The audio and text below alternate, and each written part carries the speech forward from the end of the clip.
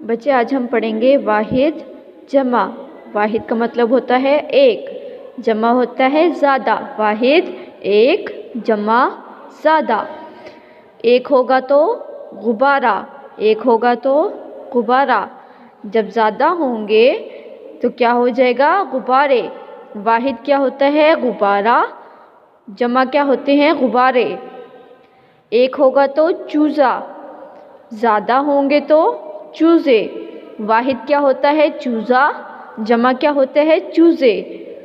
तोता, एक होगा तो तोता, जब ज़्यादा होंगे तो तोते। वाहिद क्या होता है? तोता। जमा क्या होंगे? तोते। इसी तरह से ताला, एक होगा तो ताला, जब जमा होगा तो ताले। जब वाहिद होगा तो टोपी, जब ज़्यादा होगा तो टोपियाँ। जब एक होगा तो लड़का, जब ज़्यादा होंगे तो लड़के। जब एक होगी तो किताब, जब ज़्यादा होंगी तो किताबें।